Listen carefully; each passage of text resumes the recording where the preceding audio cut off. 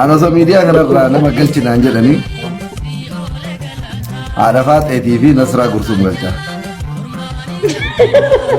وادي وادي يلا ما نو ميديا وانجل ما كانت تديسني هيروماني أسوجولي قدي بدل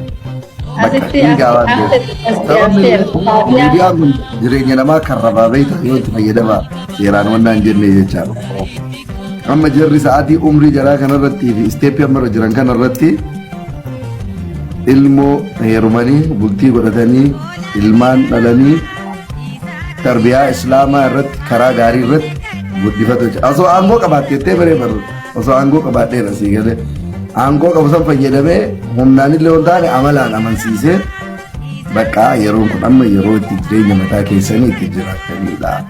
Ijji namaa kun keerii isiniif hin qabu.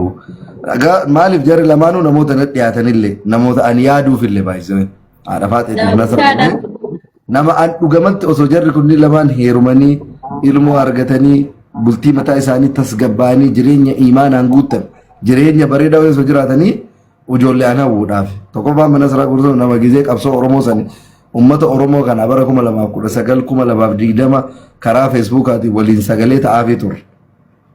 Gizee anaa fi hawwii wal fuunu sani nama nu waliin dhaabatee waan nutti dhufu kamuu nurraa qolatee nullee nu jajjabeessee hamilee nu ta'aa ture.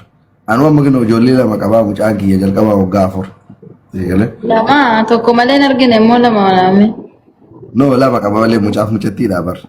An tokko malee hin argine lammaffaa kun immoo. Ati meetti asirraa iyyitu sana argite. No isaati Facebook irratti qaata abbaa isa nan argine qaata tokko anamma hin argine. Tokkicha bichaan beekan. Laaltu ijoollee lama qaba mucaan waggaa 4 mucattii waggaa Mucayyo waggaa lama walakkaadha. Mucaan waggaa 4 anu ijoollee lama qaba. An maaliif siin jedhee anuyyuu amma kinoo abbaa ijoollee lamaati jaraafillee kan hawwaaf jechuudha walumaa galatti jechuudha. Kanaafiyyuu hammeenyaaf osoo hin taane deebii kana kasii deebiseef jara lamaanuu waan jaaladhuuf waan jara hawwuufi yeroon sirriillee amma baqa ta'uu qaballee maa'uunum yaallebat nagannu dirqama si jedhee miidiyaa kanarraa gashasheedhanii osoo fuudhanii jireenya mataa ofii jiraatan osoo heerumanii jireenya mataa ofii jiraatan. Nama lama jara lamaan galchite. Hullee fi Faatiyaa. Jara Faatiyaa ta'u. Faatiyaa Itoophiyaa galteemma. Faatiyaa Kaariyoo.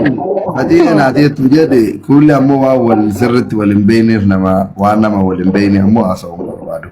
Booda zanni wali baduu dandeenya. Okay. Dhiirota keessaa Naasir. Dhiirota keessaa namni miidiyaa kanarraa galchu moo?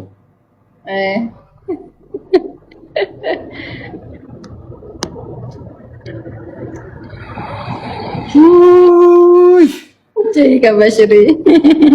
Lah, inun tanda ada Ahmadini.